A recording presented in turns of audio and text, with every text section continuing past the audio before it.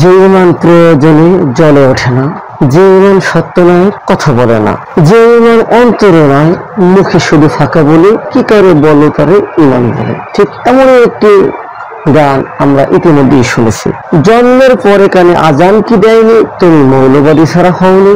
তো এই যে গজলগুলা, এই গজলের প্রেক্ষাপট আর বর্তমান প্রেক্ষাপট ঠিক সেই। তো যে ব্যক্তি এই গজলগুলা গাইছে অবশ্যই সে অনেক চিন্তা ফিকির করে এই গজলগুলা লিখছে। তো ভিডিও শুরু করার পূর্বে চলুন আমরা ভিডিওটি দেখে আসি। এদেরকে 500 টাকার জায়গায় 1000 টাকা দিলে ওয়াজের বা মুনাজাতের ভাষা পরিবর্তন হয়ে যায়। এদের কথার কোনো উত্তর আমি দিতে চাই না। এদেরকে আমার এত বেশি করুণা হয়। বড় বড় মৌলানা সাহেবরা ইউনুস সুৎখোর, এর চেয়ে মহাপাপী আর কেউ নাই। এখন আসার সময় দেখলাম সেই মৌলানা সাহেব দোয়া করতেছে, হে আল্লাহ, নবীর পরেই যাকে স্থান দিতে হবে সেই ইউনুসের পক্ষে বলেন সবাই আলহামদুলিল্লাহ। এদের কথার 500 টাকা 1000 টাকা যারা মানুষের ঘরে খায়া লিল্লা খায়া যারা বড় হইয়া বড় বড় কথা বলে, এদের কথা এদের কোনো সেন্স কাজ করে বলে আমি মনে করি না। তবে আমি একটা কথা বলি, এরা হইলো মোল্লা মুন্সি। মোল্লাতন্ত্র কিন্তু ইসলাম নয়, ইসলাম কিন্তু মহান। মোল্লাতন্ত্র চিরদিন ইসলামকে ছোট করেছে। কাজে এই বাংলাদেশে মোল্লাতন্ত্র হয়েছে আর ধর্মের নামে ব্যবসা শুরু হয়েছে। এই যে ব্যবসায়ীর দল, ধর্মের নামে যারা ব্যবসা করতেছে, তাদের কথার উত্তর দিতে গেলে এই যে তারা হাজারে হাজারে জমা হয় সোহরাওয়ার্দী উদ্যানে, কোথা থেকে?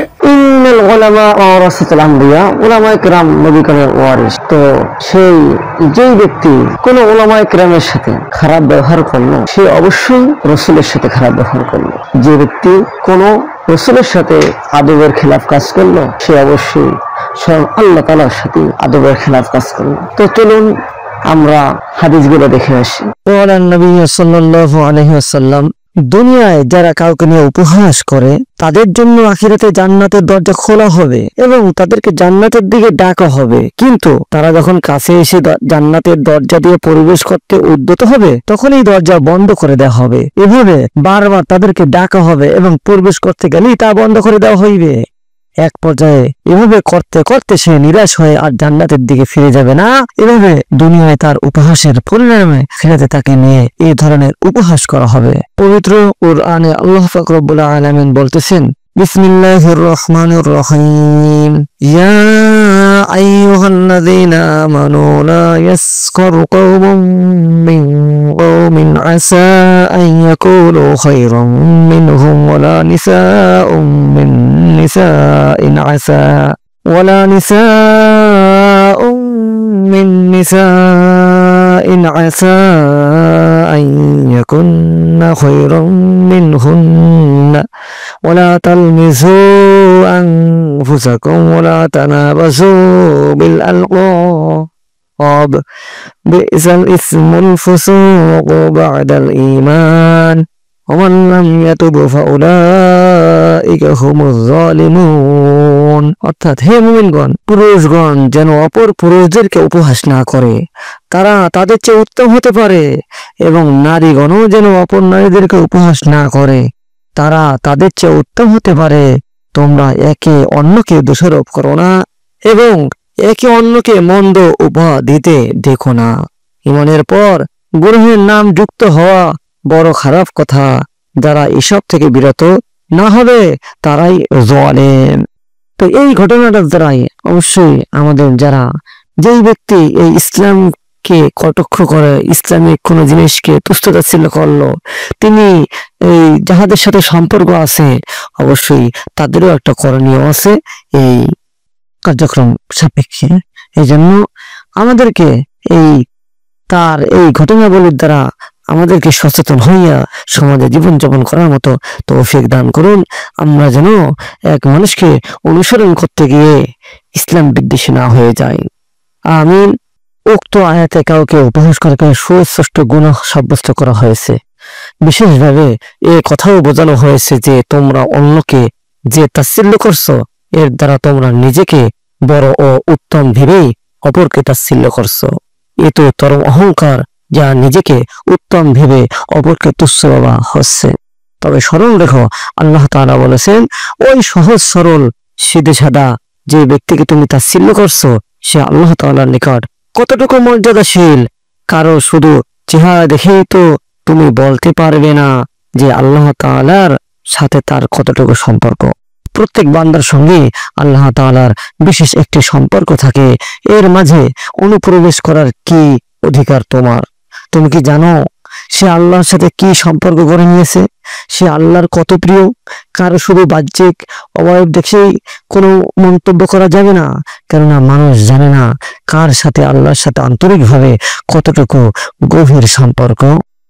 এবার আমরা হাসানাত আব্দুল্লাহর কথাটাকে সামনে নিয়ে আসি। আমরা যে ভিডিওগুলো দেখলাম সেখানে এক রাজনীতিবিদ তিনি হুজুরদেরকে মৌলবাদী বলল, তাদেরকে 2 টাকায় কেনা যায় সেটা তিনি বোঝাতে চাইল। এখন এই যে সমস্ত কথাগুলো তার বলা কি মোটেও ঠিক হয়েছে? এটা কি তার মুখে শোভা পায়? এটা কি তার আদৌ কি ঠিক আছে? এই জন্য কি তিনি কখনো ক্ষমা চেয়েছেন? না, কখনোই ক্ষমা চায় না। অথচ সমাজে সত্য কথা বললে তখনই তার ক্ষমার প্রয়োজন হয়। এটাই হইল আমাদের সমাজ। এই সমাজ থেকে বেরিয়ে আসতে হলে অবশ্যই আমাদেরকে ঐক্যবদ্ধ হইতে হবে। মনে রাখতে হবে মুসলমানের সমস্ত দলাদলি বাদ দিয়ে সমস্ত কাজের শুরুতে ইসলামকেই প্রাধান্য দিতে হইবে। ইসলাম কখনো মোল্লাতন্ত্র নয়। ইসলাম, আচ্ছা, যেই ব্যক্তি মোল্লাতন্ত্র আর ইসলামকে আলাদা করে ফেলাইলো, আসলে তিনি কি বলে ইসলামতন্ত্রের ভিতর আছে?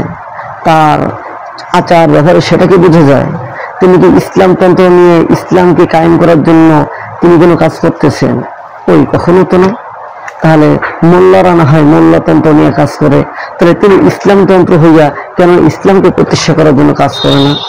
এটা কি আসলে যারা ইসলামকে নিয়ে কাজ করতে যায়, যারা ইসলামকে বাস্তবায়ন করতে যায় সমাজের ভিতরে, তাদেরকেই কি মোল্লাতন্ত্র বলে গালি দেওয়া হইতেছে?